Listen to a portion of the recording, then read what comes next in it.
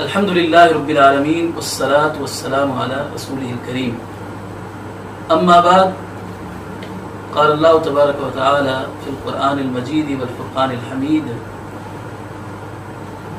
وَلْيَعْفُوا وَلْيَصْفَحُوا أَلَا تُحِبُّونَ أَن يَغْفِرَ اللَّهُ لَكُمْ وقال النبی صلی اللہ علیہ وسلم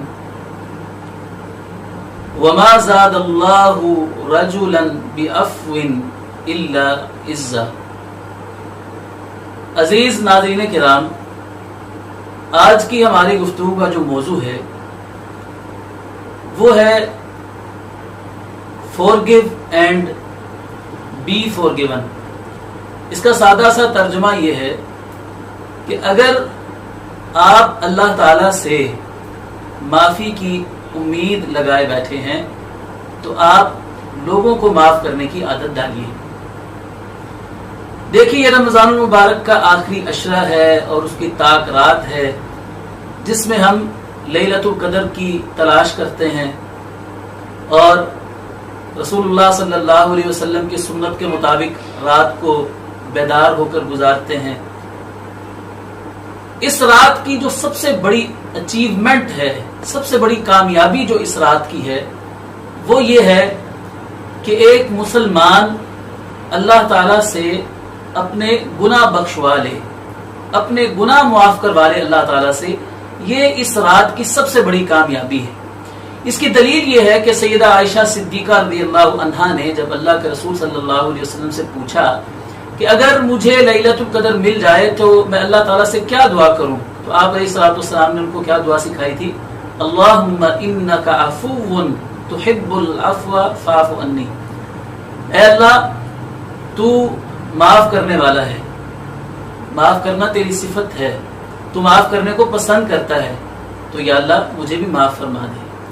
تو اس دعا سے پتہ چلتا ہے کہ گناہوں کی معافی مانگنے کی جو رسول اللہ صلی اللہ علیہ وسلم نے تعلیم دی ہے اس رات کو، تو گویا کہ یہ رات جو ہے وہ گناہوں کی معافی کی رات ہے۔ تو وہ بندہ بڑا ہی خوش نصیب ہے کہ جو اپنے گناہوں کو اللہ تعالیٰ سے اس رات میں معاف کروا لیتا ہے۔ اور ایک لحاظ سے دیکھا جائے تو رمضان المبارک کا پورا مہینہ جو ہے یہ گناہوں کی بخشش کا مہینہ ہے۔ رمضان کی کامیابی بھی اسی میں ہے کہ رمضان ختم ہو اور ایک مسلمان کو اس بات کا یقین ہو جائے کہ اس نے اپنے گناہ اللہ تعالیٰ سے معاف کروا لیے ہیں۔ اس کی دلیل کیا ہے؟ مشہور حدیث ہے کہ حضرت جبریل امین علیہ السلام نے 3 دعائیں کی۔ آپ علیہ السلام نے منبر کی 3 سیڑھیوں پر قدم رکھتے ہوئے آمین آمین آمین کہا، اور صحابہ کرام کے پوچھنے پر پھر آپ نے بتایا کہ جبریل امین علیہ السلام نے آ کر 3 دعائیں کی تھی تو میں نے ان کی دعا پر آمین کہا۔ تو فرشتوں کے سردار دعا کر رہے ہیں اور امام الانبیاء صلی اللہ علیہ وسلم ان کی دعا پر آمین کہہ رہے ہیں۔ اس دعا کی قبولیت میں کوئی شک نہیں ہے۔ وہ دعا کیا ہے؟ ان 3 دعاؤں میں سے ایک دعا یہ ہے کہ وہ شخص اللہ کی رحمت سے دور ہو جائے، اور ایک روایت کے مطابق اس شخص کی ناک خاک آلود ہو جائے کہ جس کی زندگی میں رمضان المبارک کا مہینہ آیا لیکن وہ اپنے گناہ اللہ سے نہیں بخشوا سکا۔ تو اس حدیث مبارکہ سے معلوم ہوا کہ رمضان المبارک کی کامیابی بھی اس میں ہے کہ ادھر رمضان ختم ہو اور ادھر مسلمان کے گناہوں کی بخشش ہو جائے۔ یہ رمضان المبارک کی کامیابی ہے۔ تو عزیز ناظرین کرام، ہم میں سے ہر مسلمان یہ چاہتا ہے کہ اس کے گناہوں کی بخشش ہو جائے۔ اور یاد رکھیے کہ اگر ایک بندہ دنیا میں گناہوں کو اپنے کندھوں پر اٹھائے ہوئے اسی طرح دنیا سے چلا گیا تو وہ بڑا ہی ناکام اور نامراد ہے۔ اس کو خسارے اور نقصان سے کوئی چیز نہیں بچا سکتی۔ بھلے اس نے بہت ساری نیکیاں بھی کی ہوئی ہیں، لیکن بعض گناہ ایسے ہوتے ہیں کہ وہ بندے کی نیکیوں کے اوپر بھی پانی پھیر دیتے ہیں۔ تو اس لیے ہر انسان چونکہ خطا کار ہے، اس سے چھوٹے بڑے گناہ، صغیرہ کبیرہ گناہ سرزد ہوتے رہتے ہیں۔ تو بندہ کامیاب وہ ہے کہ اول تو وہ گناہ سے بچنے کی کوشش کرتا ہے، لیکن اگر انسان ہونے کے ناطے سے اس سے گناہ ہو بھی جاتے ہیں تو وہ فوراً اللہ تعالیٰ سے معافی مانگ لیتا ہے، استغفار کر لیتا ہے، توبہ کر لیتا ہے اور اپنے گناہوں کا جو بوجھ ہے وہ اپنے کندھوں سے اتار لیتا ہے۔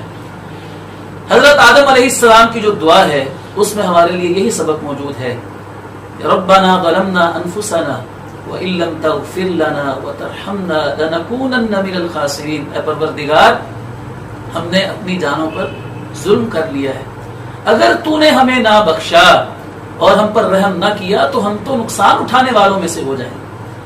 تو معلوم یہ ہوا کہ اگر انسان گناہ کر لے اور اس کا گناہ نہ بخشا جائے تو انسان کے لیے گھاٹا ہی گھاٹا ہے، نقصان ہی نقصان ہے، اور سرخروئی اور کامیابی کس چیز میں ہے کہ بندہ اپنے گناہوں کو اللہ تعالیٰ سے بخشوا لے۔ عزیز ناظرین کرام، اللہ تعالیٰ سے گناہ بخشوانے کے لیے ہمیں استغفار کی تعلیم دی گئی ہے، توبہ کی تعلیم دی گئی ہے، اللہ تعالیٰ سے معافی مانگنے کی تعلیم دی گئی ہے، اور اس کے ساتھ ساتھ بہت سارے نیک اعمال ایسے ہیں کہ جن کے کرنے سے ویسے ہی بندے کے گناہ معاف ہو جاتے ہیں، جیسے وضو کرنے سے گناہ معاف ہوتے ہیں، نماز پڑھنے سے گناہ معاف ہوتے ہیں، روزہ رکھنے سے گناہ معاف ہوتے ہیں۔ جمعے کے بارے میں آپ علیہ السلام نے فرمایا کہ ایک جمعے سے لے کر دوسرے جمعے تک جتنے گناہ ہوتے ہیں، بعد والا جمعہ پہلے پورے ہفتے کے گناہوں کا کفارہ بن جاتا ہے، ایک رمضان سے دوسرا رمضان جو ہے وہ گناہوں کا کفارہ بن جاتا ہے۔ اور اللہ تعالیٰ نے فرمایا کہ ان الحسنات یذھبن السیئات، جو نیکیاں ہوتی ہیں وہ گناہوں کو لے جاتی ہیں۔ بندہ کوئی بھی نیکی کا کام کرتا ہے تو صغیرہ گناہ چھوٹے موٹے جو ہوتے ہیں وہ ویسے ہی اللہ تعالیٰ معاف فرما دیتا ہے۔ تو ہم میں سے ہر کوئی اللہ تعالیٰ سے اپنے گناہوں کی معافی کا طلبگار ہے، لیکن ہم لوگ یہ بات بھول جاتے ہیں کہ اللہ تعالیٰ نے اپنے بندوں کو گناہوں کی معافی جو ہے اس کو ایک شرط کے ساتھ مشروط کر لیا ہے۔ اللہ تعالیٰ اپنے بندوں کو اس وقت معاف کرے گا کہ جب اللہ کے بندے اس کی مخلوق کو معاف کریں گے۔ اگر کوئی بندہ اللہ کی مخلوق کو تو معاف نہیں کرتا، اللہ کے بندوں کو تو معاف نہیں کرتا، لیکن اللہ سے معافی مانگنے کی امید لگائے بیٹھا ہے، تو اللہ تعالیٰ فرماتا ہے کہ تم مجھ سے معافی مانگنے کے لیے آگے ہو، لیکن تم میرے بندوں کو تو معاف نہیں کرتے۔ سورہ نور کی ایک آیت کریمہ آپ نے آغاز میں سماعت فرمائی، اللہ تعالیٰ فرماتے ہیں وَلْيَعْفُوا وَلْيَصْفَحُوا أَلَا تُحِبُّونَ أَن يَغْفِرَ اللَّهُ لَكُمْ۔ مسلمانوں، تم لوگوں کو معاف کر دیا کرو، لوگوں سے درگزر کیا کرو، اور پھر ساتھ ہی ایک سوالیہ نشان ہمارے لیے چھوڑ دیا کہ أَلَا تُحِبُّونَ أَن يَغْفِرَ اللَّهُ لَكُمْ، کیا تم یہ نہیں چاہتے کہ اللہ تعالیٰ تمہارے گناہ بخش دے؟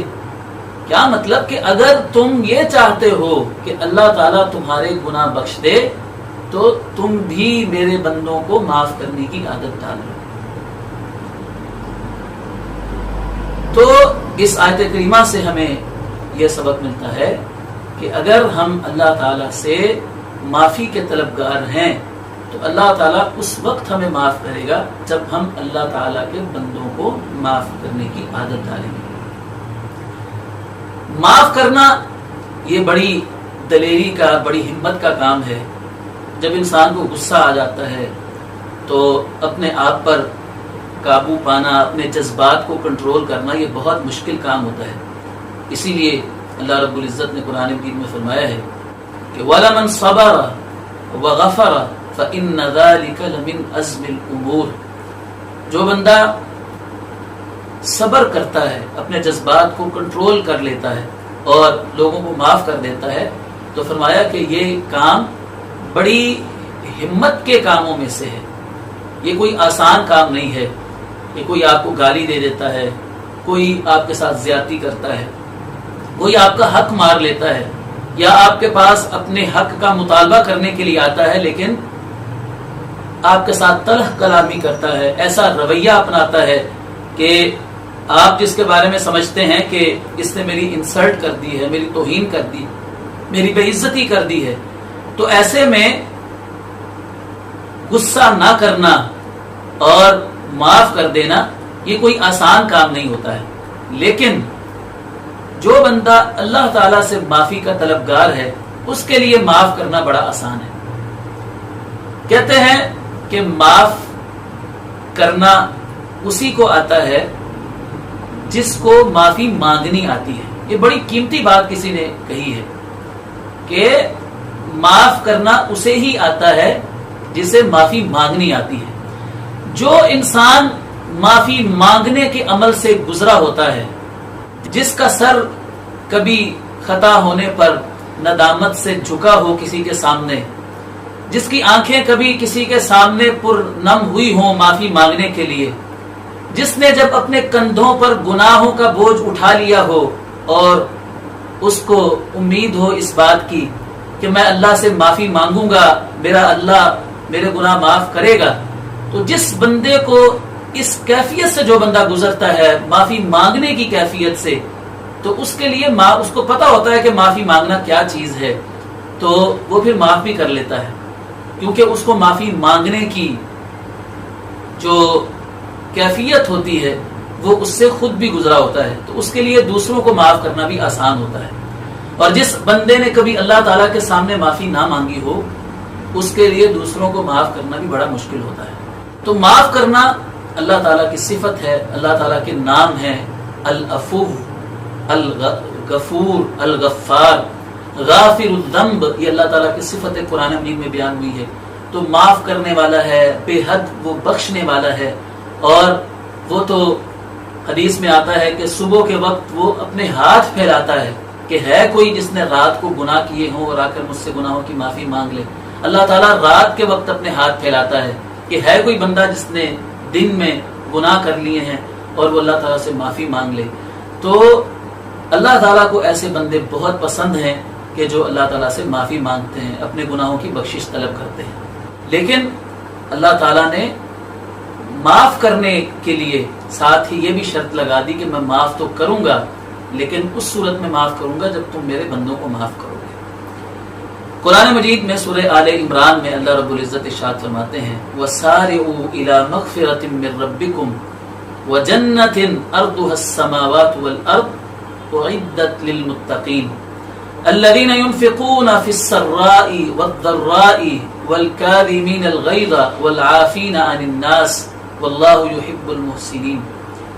فرمایا اللہ کی مغفرت کی طرف دوڑتے چلے آؤ اور اس جنت کی طرف دوڑتے آؤ کہ جس کی چوڑائی زمین و آسمان کے برابر ہے. یہ وہ جنت ہے جو اللہ تعالیٰ نے متقین کے لیے تیار کی ہے. اور پھر آگے دوسری آیت میں متقین کی صفات بیان فرمائی کہ متقی کون لوگ ہوتے ہیں. فرمایا کہ جو تنگ دستی میں بھی اور خوشحالی میں بھی اللہ کی راہ میں مال خرچ کرتے ہیں. والکاظمین الغیظ، متقی لوگ وہ ہوتے ہیں جو غصے کو پی جانے والے ہوتے ہیں. والعافین عن الناس، اور لوگوں کو معاف کرنا ان کی عادت ہوتی ہے. واللہ یحب المحسنین، اللہ تعالیٰ احسان کرنے والوں کو پسند کرتا ہے. ان دونوں آیات میں آپ غور کیجئے تو آپ کو معلوم ہوگا کہ پہلی آیت میں اللہ تعالیٰ نے دعوت دی ہے کہ لوگوں مجھ سے گناہوں کی معافی مانگو، میں گناہ تمہارے معاف کروں گا. اور ساتھ ہی دوسری آیت میں بتا دیا کہ جو اللہ سے معافی مانگنے والے لوگ ہوتے ہیں ان کی صفت یہ ہوتی ہے کہ وہ لوگوں کو معاف کرتے ہیں. اس کا مطلب سادہ سا یہ ہوا کہ اللہ تعالیٰ یہ ہمیں بتانا چاہتے ہیں کہ میرے سے معافی مانگنے اگر تم نے آنا ہے تو پہلے میرے بندوں کو معاف کر کے آنا. اگر تمہارے اندر اتنی سختی ہے، تمہارے اندر اتنا غصہ ہے کہ تم کسی کو معاف کرنے کے لیے تیار نہیں ہو، اپنے کسی مسلمان بھائی کو معاف کرنے کے لیے تیار نہیں ہو، اپنے کسی رشتہ دار کے ساتھ تم نے سالہ سال سے لڑائی لے رکھی ہے، ان کو تم معاف کرنے کے لیے تیار نہیں ہو، ایک چھوٹی چھوٹی سی بات پر تم نے اپنے مسلمان بھائی سے قطع تعلقی کر لی ہے. حدیث میں آتا ہے کہ کسی مسلمان کے لیے دوسرے مسلمان سے قطع تعلقی کرنا، تعلق کو توڑنا، وہ 3 دن سے زیادہ جائز نہیں ہے. اگر کسی مسلمان کے ساتھ کبھی ناراضگی ہو جاتی ہے، کبھی معاملات میں اونچ نیچ ہو جاتی ہے، انسان کسی سے ناراض ہو جاتا ہے، قطع تعلقی کر لیتا ہے، تو وہ غصے کو ٹھنڈا کرنے کے لیے 3 دن ہمیں شریعت نے دے دی ہے کہ 3 دن تک ہم اپنا غصہ ٹھنڈا کر لیں، جذبات کو کنٹرول میں کر لیں. لیکن 3 دن کے بعد جو ہے وہ اجازت نہیں ہے کہ ہم کسی مسلمان بھائی سے وہ قطع تعلقی کریں. اور رشتہ داروں کو آپ دیکھیے، ہم اللہ تعالیٰ سے کس منہ سے معافی مانگنے کے لیے جاتے ہیں کہ ہم اپنے رشتہ دار کی ایک چھوٹی سی غلطی کو معاف نہیں کرنے کے لیے تیار. میرے رشتہ دار نے مجھے اپنے بیٹے کی شادی کے دن ڈالنے کے لیے مجھ سے مشورہ نہیں کیا کہ کون سی ڈیٹ طے کرنی ہے. میرے عزیز نے اپنے بیٹے کی شادی کرنی ہے، اس نے دن طے کرنے ہیں، اس نے مجھے نہیں بلایا. یہ ایک چھوٹا سا ایک میرے رشتہ دار کا جرم ہے، اور اس جرم کی اس کو سزا میں نے کیا دی ہے کہ میں نے اس کے لیے ہمیشہ کے لیے قطع تعلقی کر لی ہے. یہ ہمارے معاشرے کی مثال ہے کہ اتنا میرا بڑا جرم اس نے کر لیا ہے کہ اس نے مجھے اپنے بیٹے کی شادی کے دنوں پر مجھے نہیں بلایا ہے، اور میں نے اس کے ساتھ ہمیشہ کے لیے قطع تعلقی کر لیا کہ میرا تو رشتہ تمہارے ساتھ ختم ہو گیا بھائی کہ تم نے مجھے بلایا کیوں نہیں ہے. اتنی چھوٹی چھوٹی بات پر قطع تعلقیاں کر لینا اور رشتہ داروں سے لڑائیاں مول لے لینا. اللہ تعالیٰ فرماتا ہے کہ میرے سامنے معافی مانگنے کے لیے آگے ہو اور میرے بندوں کو معاف کرنے کی تمہارے اندر ہمت نہیں ہے. تو جو اللہ کے بندوں کو نہیں معاف کر سکتے وہ کیسے اللہ تعالیٰ سے اپنی بخشش کی امید لگا لیتے ہیں.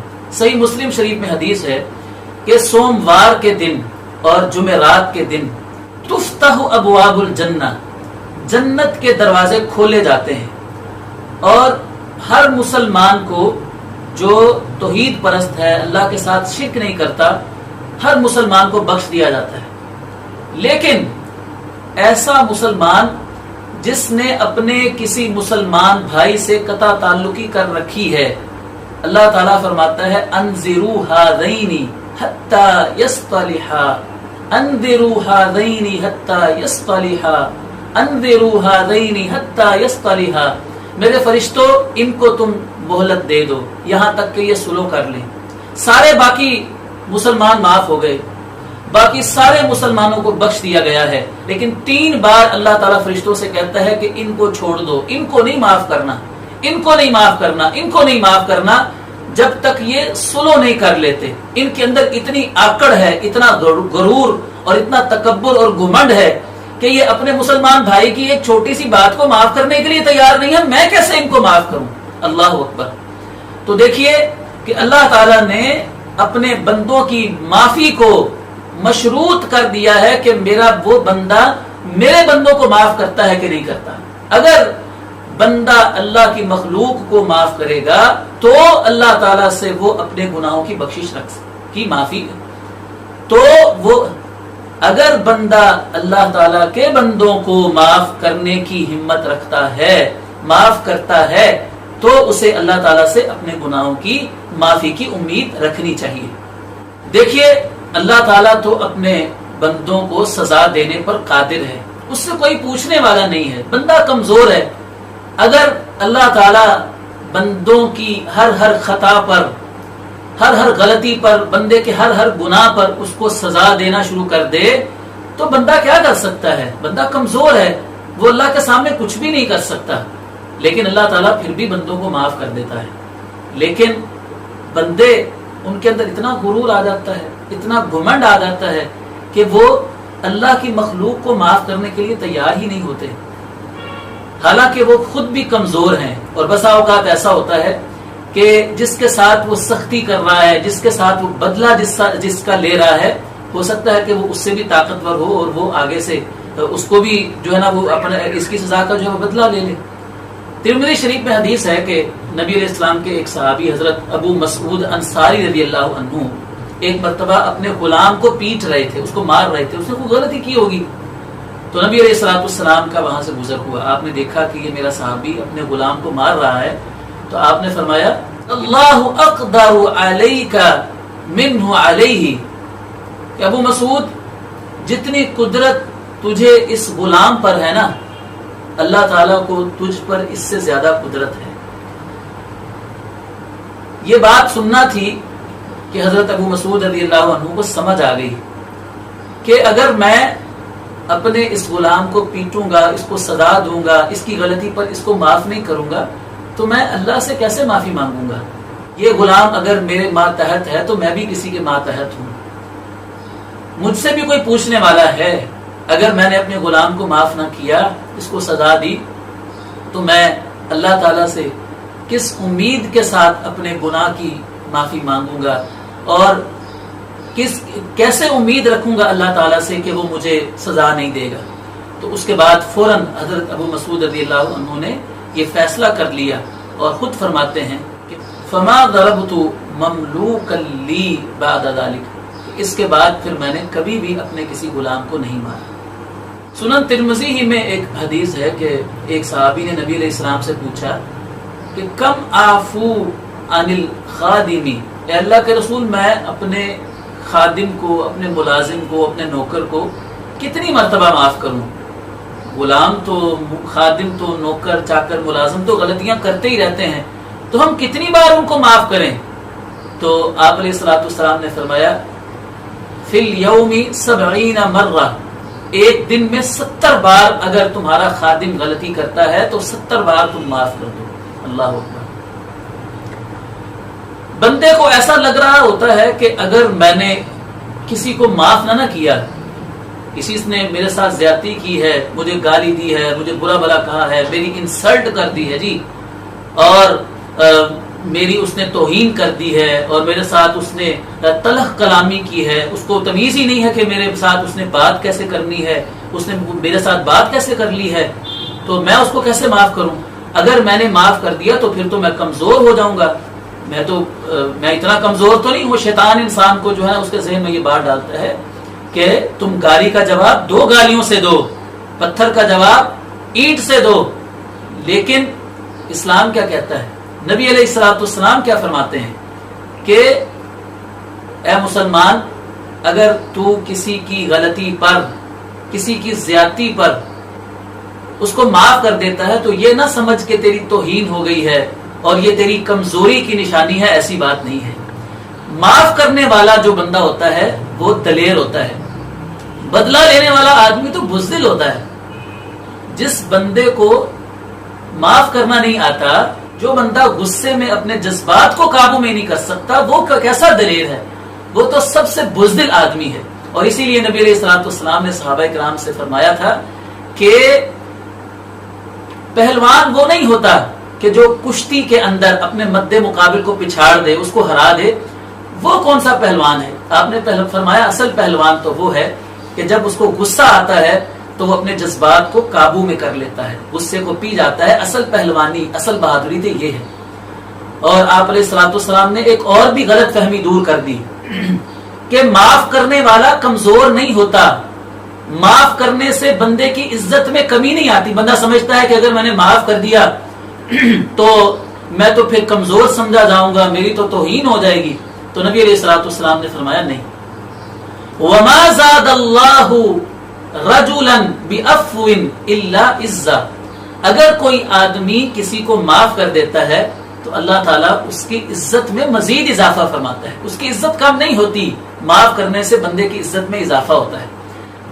اور پھر ایک اور پہلو سے اس چیز کو دیکھیے کہ اگر کوئی ہمارے ساتھ زیادتی کرتا ہے نا، تو ہم یہ سوچ کر اس کو معاف کر دیں کہ ایک ایسی ذات بھی موجود ہے کہ جو یہ سب دیکھ رہی ہے، وہ مجھے ضرور انصاف دلائے گا.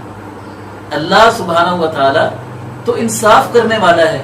اگر کسی نے میرے ساتھ زیادتی کی ہے تو میں خود بدلہ کیوں دوں؟ میں اللہ کے سپرد معاملہ کر دیتا ہوں. جو بندہ معاملات کو اللہ کے سپرد کر دیتا ہے نا، اس کے لیے دوسروں کو معاف کرنا بڑا آسان ہوتا ہے.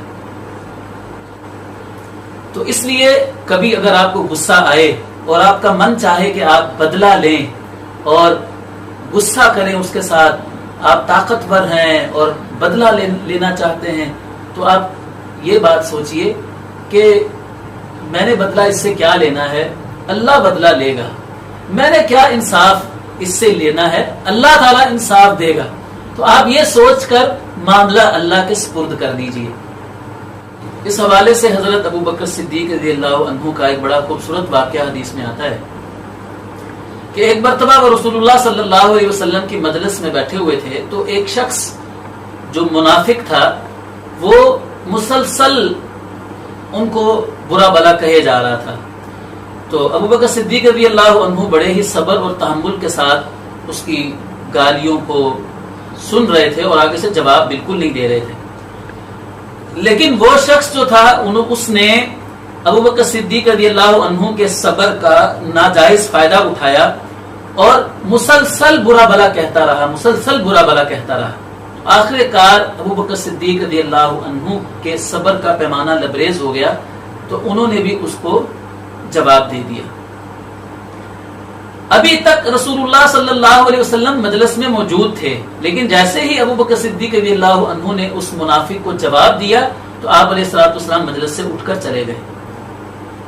ابو بکر صدیق رضی اللہ عنہ بھی نبی علیہ السلام کے پیچھے ہو لیے اور جا کر عرض کیا کہ یا رسول اللہ آپ مجھ سے ناراض ہیں.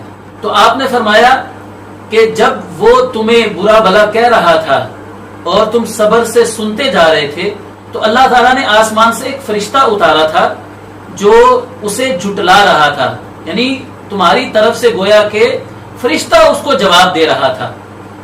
لیکن جیسے ہی تم نے اس کو جواب دیا تو بیچ میں شیطان حائل ہو گیا. تو جہاں پر شیطان موجود ہو، آپ نے فرمایا جس مجلس میں شیطان موجود ہو میں وہاں نہیں بیٹھ سکتا، اس لیے میں اس مجلس سے اٹھ کر چلا گیا.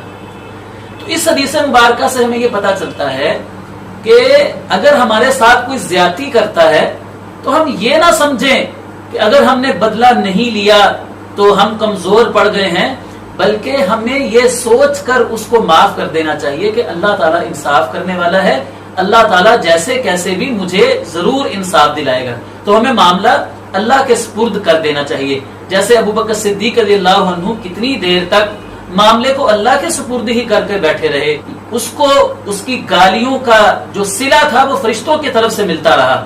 لیکن جیسے ہی انہوں نے گالی کا جواب دیا تو شیطان بیچ میں حائل ہو گیا اور آپ علیہ الصلوۃ والسلام بھی ناراض ہو کر اٹھ کر چلے گئے. تو ناظرین کرام، جب ہم بات کرتے ہیں معاف کرنے کی تو اللہ تعالیٰ تو معاف کرنے والا ہے، اور سچی بات یہ ہے کہ اس کائنات میں جو معاف کرنے کی جو کیپیسٹی ہے وہ سب سے زیادہ اللہ سبحانہ و تعالیٰ کے اندر ہے.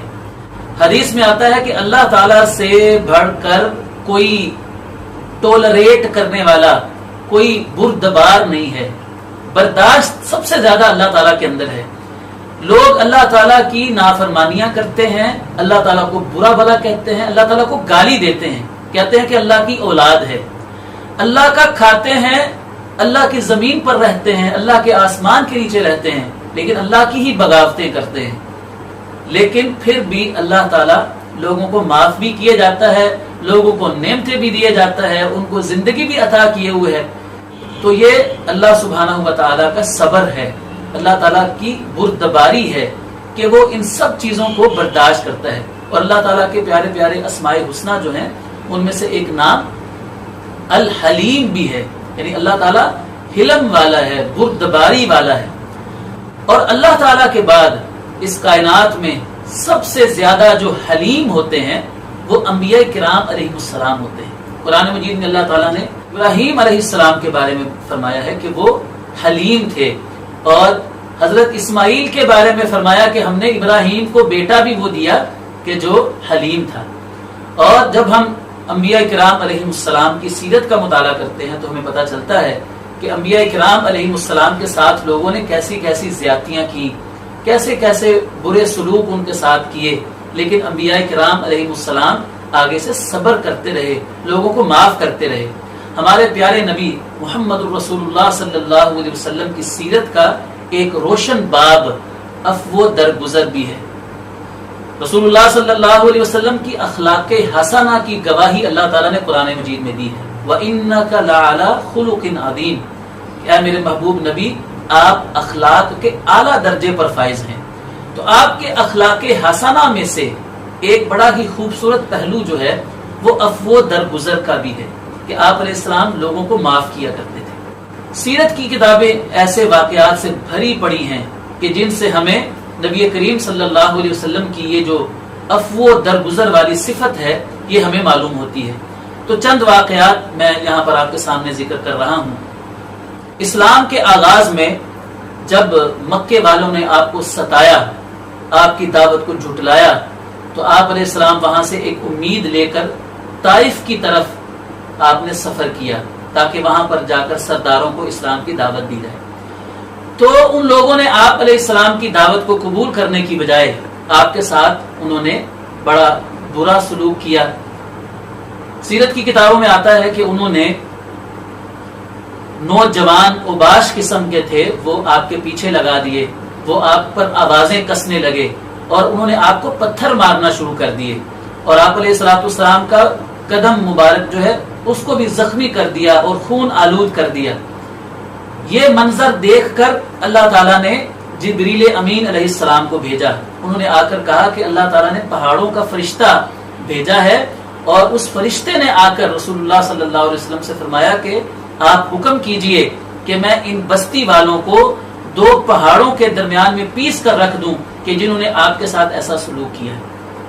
آپ اندازہ فرمائیے کہ آپ علیہ السلام نے آپ چاہتے تو ان کے لیے بد دعا کر دیتے اور اللہ کا عذاب ان پر آ جاتا, لیکن آپ علیہ السلام نے ان کو معاف کر دیا. غور کرنے کی بات یہ ہے کہ ان لوگوں کے ساتھ آپ کا کوئی ذاتی جھگڑا نہیں تھا, آپ نے ان کو کوئی پیسے نہیں دینے تھے, انہوں نے آپ کے ساتھ جو بدسلوکی کی تھی وہ اللہ کے دین کی خاطر کی تھی, آپ کے ساتھ ان کی ذاتی دشمنی کوئی نہیں تھی, لیکن اس کے باوجود آپ علیہ السلام نے اللہ کے دین کی خاطر یہ ساری تکلیفیں سہیں اور ان کو معاف فرما دیا. اور آپ نے فرمایا کہ میں امید کرتا ہوں کہ اللہ تعالیٰ اس قوم کے اندر ایسے لوگوں کو پیدا کرے گا کہ جو اللہ کی عبادت کریں گے اور اللہ کے ساتھ کسی کو شریک نہیں ٹھہرائیں گے. نبی کریم صلی اللہ علیہ وسلم کے عفو و درگزر کی ایک بڑی خوبصورت مثال جو ہے وہ فتح مکہ کا واقعہ ہے کہ آپ علیہ السلام مکے میں جب فاتحانہ انداز میں داخل ہوئے تو وہاں پر وہی قریشی موجود تھے کہ جنہوں نے آپ کو ستا کر آپ کو مکے سے نکال دیا تھا اور آپ کو ہجرت کرنے پر مجبور کر دیا تھا. یہ وہی مکے والے جب فتح مکہ کے موقع پر آپ علیہ السلام کے سامنے موجود تھے تو آپ نے ان سے فرمایا کہ تم کیا امید کرتے ہو مجھ سے کہ میں تمہارے ساتھ کیسا سلوک کروں گا. آپ علیہ السلام نے فرمایا کہ میں وہی بات کہتا ہوں کہ جو حضرت یوسف علیہ السلام نے اپنے بھائیوں سے کہی تھی کہ لا تثریب علیکم اليوم, کوئی گلہ نہیں مجھ سے, تم سے کوئی شکایت نہیں ہے, کوئی میں تمہیں سزا نہیں دوں گا, کوئی بدلہ نہیں لوں گا تمہارے ظلموں کا, تمہاری ذاتیوں کا, میں تمہیں معاف کرتا ہوں. اور پھر ساتھ ہی اللہ تعالیٰ سے دعا کر لی یغفر اللہ لکم, اللہ تعالیٰ تمہیں بخش دے, وہو ارحم الراحمین, اور وہ سب رحم کرنے والوں سے زیادہ رحم کرنے والا ہے. ایک مرتبہ آپ علیہ السلام ایک سفر کے دوران درخت کے نیچے آرام فرما رہے تھے تو آپ نے اپنی تلوار جو ہے وہ درخت پر لٹکا رکھی تھی. ایک غیر مسلم شخص آیا اور اس نے آ کر وہ تلوار جو ہے وہ اتار لی درخت سے اور نبی علیہ السلام پر تلوار کو تان لیا اور کہنے لگا کہ تمہیں مجھ سے کون بچائے گا. آپ علیہ السلام کی زبان سے نکل گیا اللہ. تو اللہ کا نام سن کر وہ شخص جو ہے وہ لرز گیا اور وہ تلوار جو ہے وہ اس کے ہاتھ سے گر گئی. آپ علیہ السلام چاہتے تو اس تلوار کو پکڑ لیتے اور اس سے بدلہ لیتے, آخر اس نے آپ کو قتل کی دھمکی دی تھی. یہ جو اس کے الفاظ ہیں کہ تمہیں مجھ سے کون بچائے گا, یہ سیدھی سیدھی قتل کی دھمکی ہے, لیکن آپ علیہ السلام نے اس کو کچھ بھی نہیں کہا اور آپ نے مسکرا کر اس کو معاف کر دیا. ایک مرتبہ آپ علیہ السلام کو ایک شخص نے آ کر آپ کی گردن میں موجود جو چادر تھی اس کو اس قدر زور سے کھینچا کہ آپ کی گردن کے اوپر نشان پڑ گئے اور کہنے لگا کہ محمد صلی اللہ علیہ وسلم, اللہ تعالیٰ نے آپ کو جو مال عطا فرمایا ہے مجھے بھی اس مال میں سے کچھ دلوا دیجیے. تو آپ علیہ السلام اس کی طرف دیکھ کر مسکرا دیے اور صحابہ کرام کو حکم دے دیا کہ اس کو کچھ مال دے دیا جائے. اس سے بھی بڑھ کر دیکھیے مسند احمد کے اندر ایک واقعہ ہے کہ ایک یہودی نے آپ علیہ السلام کے اوپر جادو کروا دیا تھا. آپ علیہ السلام کو جبریل امین علیہ السلام نے آ کر بتایا کہ فلاں شخص نے آپ پر جادو کروایا ہے اور جادو کا اس نے طریقہ یہ اختیار کیا ہے کہ آپ علیہ السلام کے کسی طریقے سے بال حاصل کر کے ان کو گرہیں لگا کر تو کسی کنویں کے اندر پھینکا ہوا ہے. آپ نے صحابہ کرام کو بھیجا اور وہ وہاں سے وہ چیز لے کر آئے اور وہ اس کو جو بالوں کو کھولا گیا تو آپ علیہ الصلوۃ والسلام پر جو جادو کی وجہ سے طبیعت آپ کی ناساز تھی وہ آپ کی جو طبیعت تھی وہ بحال ہو گئی اور وہ جادو کا اثر جو تھا وہ زائل ہو گیا. حدیث کے الفاظ یہ ہیں فما ذکر ذلک لذلک الیہودی. آپ علیہ الصلوۃ والسلام کو پتہ بھی چل گیا تھا, جبریل امین علیہ السلام نے آ کر بتا بھی دیا تھا کہ اس یہودی نے آپ پر یہ جادو کیا ہے, لیکن آپ علیہ الصلوۃ والسلام نے کبھی بھی اس بات کا ذکر اس یہودی کے ساتھ نہیں کیا. وہ یہودی مدینے میں ہی رہتا تھا, آپ سے ملاقات بھی ہوتی تھی, لیکن آپ علیہ الصلوۃ والسلام نے کبھی اس کو بتایا بھی نہیں کہ مجھے پتا چل گیا ہے کہ تم نے مجھ پر جادو کیا ہے. آپ نے کبھی بھی اس کے سامنے اس چیز کا ذکر نہیں کیا, اور نہ ہی کبھی آپ کے چہرہ انور پر اس چیز کے آثار کبھی دیکھے گئے. آپ نے اس کے سامنے کبھی اظہار بھی نہیں کیا کہ مجھے پتا چل گیا ہے کہ تم نے یہ جادو مجھ پر کرایا ہے. آپ نے اس کے ساتھ کبھی اس کے ساتھ کوئی بدسلوکی نہیں کی, کبھی اس کے ساتھ نفرت نہیں کی ہے. تو عزیز ناظرین کرام, یہ تو کافر تھے, ایک یہودی تھا, ایک منافق تھا جو نبی علیہ الصلوۃ والسلام کے ساتھ اس طرح کی بدسلوکی کر رہے تھے, آپ علیہ السلام کو ایذا دے رہے تھے. لیکن آپ صلی اللہ علیہ وسلم اللہ کی خاطر ان سب کو معاف کرتے جا رہے ہیں, سب کو معاف کرتے جا رہے ہیں. آپ چاہتے تو بدلہ بھی لے سکتے تھے, لیکن آپ پھر بھی معاف کرتے تھے. تو آج ہم بھی تو اسی نبی کا کلمہ پڑھنے والے ہیں. یہ وہی نبی صلی اللہ علیہ وسلم ہیں کہ جن کی سیرت کو اللہ تعالیٰ نے ہمارے لیے اسوہ حسنہ قرار دیا ہے. لقد کان لکم فی رسول اللہ اسوۃ حسنہ. تو ایسا کیوں ہے کہ ہم محبت رسول کا دعویٰ تو کرتے ہیں, لیکن ہم سیرت طیبہ کو اپنانے کے لیے کیوں تیار نہیں ہیں؟ یہ سیرت رسول اللہ صلی اللہ علیہ وسلم ہمارے لیے جو چھوڑ کر گئے ہیں, آپ علیہ السلام کو جو حسن اخلاق ہے کہ آپ پتھر کھا کر بھی دعائیں دے رہے ہیں, لوگوں کی گالیاں سن کر بھی دعائیں دے رہے ہیں, لوگوں کی بدسلوکیاں دیکھ کر بھی آپ آگے سے مسکرا رہے ہیں. وہ تو پھر بھی کافر تھے, لیکن افسوس کہ آج ہمارے سامنے ہمارے مسلمان بھائی ہوتے ہیں, ان کی ایک معمولی سی غلطی ہم ان کو ساری زندگی معاف نہیں کرتے ہیں. رشتہ داروں کی ایک چھوٹی سی غلطی کو ہم ہمیشہ کے لیے ان کے ساتھ رشتہ تعلق جو ہے وہ توڑ کر رکھ دیتے ہیں. تو اس ساری گفتگو کا خلاصہ یہ ہے کہ اللہ تعالیٰ نے ہمیں یہ مہینہ رمضان المبارک کا اور اس کی یہ طاق راتیں, یہ لیلۃ القدر, یہ اللہ تعالیٰ نے ہمیں اپنے گناہوں کو بخشوانے کے لیے بھیجی ہے.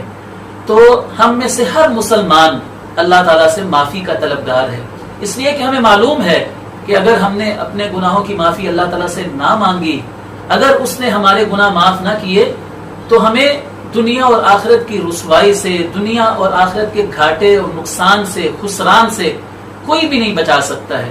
ہم میں سے ہر بندہ اللہ تعالیٰ کے حضور اپنے گناہوں کی معافی کی امید لیے بیٹھا ہوا ہے, لیکن یہ ہم کیوں بھول جاتے ہیں کہ اگر ہم اللہ تعالیٰ سے معافی کے طلبگار ہیں تو اللہ تعالیٰ نے تو مشروط کر دیا ہے کہ اگر تم مجھ سے معافی مانگنا چاہتے ہو تو میرے بندوں کو معاف کرو. تو عزیز ناظرین کرام, آج ہم نے اللہ تعالیٰ سے معافی بھی مانگنی ہے. اللہم انک عفو تحب العفو فاعف عنی. آج کی رات میں ہم نے اللہ تعالیٰ سے کثرت کے ساتھ یہ دعا بھی کرنی ہے, اور اپنے دل سے اپنے مسلمان بھائیوں کے بارے میں جو نفرتیں, جو بغض, جو کینہ, جو حسد ہم نے پال رکھا ہے, جو ہم کبھی سوچتے بھی نہیں ہیں جس کے بارے میں کہ یہ ساری چیزیں ہماری معافی کے راستے میں رکاوٹ ہیں. ہم کیسے اللہ تعالیٰ سے معافی مانگ رہے ہیں جبکہ ہم اپنے مسلمان بھائیوں کو معاف کرنے کے لیے تیار نہیں ہیں؟ تو آج اللہ تعالیٰ سے وعدہ کر لیجئے کہ یا اللہ تو ہمیں معاف کر دے, ہم تیرے بندوں کو معاف کر دیں گے. تو اسی کے ساتھ ہم اپنی اس گفتگو کا اختتام کرتے ہیں کہ اللہ تعالی ہمیں معاف فرما دے اور ہمارے اندر یہ ہمت اور طاقت پیدا کر دے کہ ہم لوگوں کو معاف کرنے کے قابل ہو جائیں. السلام علیکم ورحمۃ اللہ وبرکاتہ.